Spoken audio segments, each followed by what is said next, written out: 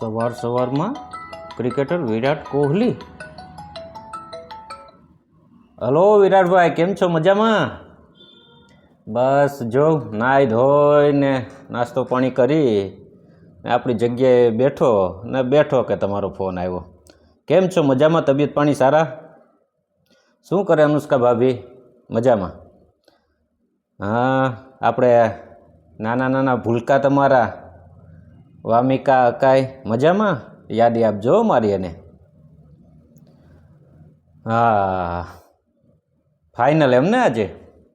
હા, આરસીબી પંજાબ બંને ટીમ ક્યારેય જીતી જ નથી, બરાબર ને? 18 વર્ષથી આ કોશિશ કરે. ના તો તમે જીતી, તમારી ટીમ ચેમ્પિયન બની શકી, ના તો પંજાબ. તો અમને તો ઉત્સાહ એટલા માટે છે કે અમને તો એક નવી ટીમ ચેમ્પિયન જોવા મળશે, બરાબર ને આજે? હા, ને વિરાટભાઈ તમને ખાસ તો ધન્યવાદ કહેવાય કે છેલ્લા 18 વર્ષ એટલે કે 2008થી જે આ આઈપીએલ ચાલુ થઈ ત્યારથી તમે કોઈ પાર્ટી કે કોઈ પક્ષ બદલાયો નથી. કહેવાનો મતલબ કે ચૂંટણી ટાઈમે જેવી રીતના રાજકારણી હોય પાર્ટી બદલી જતા હોય એવી રીતના તમે જ્યારથી 2008થી આવ્યા ત્યારથી 2025 સુધી આરસીબી બેંગ્લોરમાં જ તમે છો, એ ખાસ તો તમને અભિનંદનને પાત્ર છો. હા, કેવી ચાલે તૈયારી? બોલો. પ્રેક્ટિસ ચાલે? સારું. 7:30 વાગે છે એમ ને? નરેન્દ્ર મોદી સ્ટેડિયમ, અમદાવાદ. વિરાટભાઈ તમે તો અમારા મહેમાન કહેવાય ગુજરાતના. હા, મેદાન ઉપર પ્રેક્ટિસ ચાલે. ફિલ સોલ્ટ, જીતેશ શર્મા, અરે જબરજસ્ત બંને બેટ્સમેન છે. વિરાટભાઈ મારું તો કહેવાનું એવું છે કે જો એ બંને બેટ્સમેનને તમે તો મેઇન છો જ, જો ફોર્મમાં આવી ગયા તો મને એમ નથી લાગતું કે પંજાબ જીતે છે. પણ છેલ્લો મેચ જે મુંબઈ સામે જે કેપ્ટન અય્યરભાઈ જે રમ્યા છે, શ્રેયસભાઈ અય્યર, જબરજસ્ત ફોર્મમાં આવી ગયા. એનાથી થોડું આપણે સાવધાન રહેવાની જરૂર છે. હું નહીં, અમારું ગુજરાત આખું તમારી સાથે જ છીએ. અમે એવી કામના કરીએ છીએ કે તમે જીતો પહેલી વખત. હા, એવી અમારી દિલથી અભિલાષા છે, આશા છે કે તમે જીતો. હા, એટલે આપણું જે 17 વર્ષનું જે વનવાસ હતો, તમે એક પણ ટ્રોફી નથી લઈ આવ્યા, એ પૂરી થાય. ઘણા બધા ચાહકો દેશમાં છે તમારા કે એ ઈચ્છે છે બધા કે તમે ચેમ્પિયન બનો એકવાર. ઘણા આપણે સારા જ બેટ્સમેનો છે ને, જીતેશ શર્મા ફોર્મમાં આવી ગયા, ફિન સોલ્ટ, ને તમે તો છો જ. વિરાટભાઈ આપણે તો શતક મારવાનું છે આજે, કેમ કે 200+ સ્કોર જવું જોઈએ અમદાવાદની પિચમાં.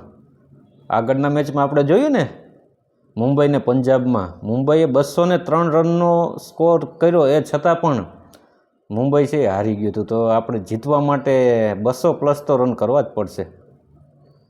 હા, ત્યારબાદ આપણા બોલરો સંભાળી લે છે. જો ઓસ્ટ્રેલિયાનો હેઝલવુડ બહુ અનુભવી ખૂંખાર બોલર છે. ત્યારબાદ આપણો સ્વિંગ બોલર ભુવીભાઈ, એ પણ સારા ફોર્મમાં આવી ગયા છે. ને એ બંનેના પત્તા ચાલી ગયા તો મને એમ નથી લાગતું કે તમે મેચ હારી શકો. હા, એ વાત તો સાચી હો તમારી. સામે પક્ષે અહીંયા જોરદાર ફોર્મમાં આવી ગયો છે. કાલે જ વિરાટભાઈ મારે એની સાથે વાત થઈ ગઈ. એણે પણ અભિલાષા એવી વ્યક્ત કરી અંદરથી કે વિરાટભાઈ ખરેખર જો આપણા સિનિયર પ્લેયર છે, હમણાં ટેસ્ટમાંથી પણ નિવૃત્તિ લઈ લીધી, તો એના માન ખાતર આપણે એને એક જીતાવવું જોઈએ. અને એ પણ એવી આશા રાખે કે જો સારું પ્રદર્શન કરે તો કાંઈ વાંધો નહીં કે જીતો, તો મને પણ કાંઈ વાંધો નથી. હા, બરાબર. મુંબઈ સામે જોયું ને, જબરજસ્ત ફોર્મમાં આવી ગયા છે ખેલાડી એના બધા. જેમિસન, સ્ટોઇનિસ, ઇંગ્લિશ, નેહલ વધેરા ને કેપ્ટન તો ખુદ છે જ, બરાબર છે. હા, પણ એમાં પાછું થોડીક ભૂમિકા છે, વરસાદ પણ ભજવી શકે તો થોડુંક કામ તકલીફવાળું થાય એવું છે. 60-70% હવામાન વિભાગવાળા એમ કહે છે કે આગાહી વરસાદની છે. તો આપણો શું છે કે વિલન બનશે વરસાદ, તો આપણો ખેલ બગાડી નાખશે. એટલે આપણે તો ભગવાન પાસે પ્રાર્થના કરીએ કે જો હેમખેમ મેચ પૂરો થઈ જાય ને તમે ચેમ્પિયન થાવ ને સારી રીતના મેચ દર્શકોને પણ જોવા મળે, અમને પણ જોવા મળે, ને તમે ટ્રોફી તમારા હાથથી ઉઠાવો એવી આશા છે મને આ વખતે. વારે સારો છે મંગળવાર. બરાબર છે. જો ઈશ્વરની મહેરબાની હશે તો ચોક્કસ તમે જીતશો. શું ચાલે બીજું નવીનમાં બોલો? સારું સારું વિરાટભાઈ, આ રીતના ફોન કરતા રહેજો, અમારે એવો ગરીબને ક્યારેક યાદ કરતા રહેજો. ને ચાલો આ મેચ પૂરી થાય ત્યારબાદ કાલે આપણે વાત કરીએ વિસ્તારથી કે કોણ ચેમ્પિયન બન્યું, ક્યાં કચાશ રહી ગઈ, કોને રમવાની જરૂર હતી, કઈ ટીમ ચેમ્પિયન થઈ, વધારે વિસ્તારથી આપણે વાત કરીશું. Thank you. આવી જ રીતના ફોન કરતા રહેજો વિરાટભાઈ. Thank you. ચાલો રાખો, બાય. ઓલા નાના ભૂલકાને યાદી આપજો મારી ખાસ તો. તબિયતનું ધ્યાન રાખજો. ઓકે. ચાલો થેન્ક યુ, રાખું વિરાટભાઈ.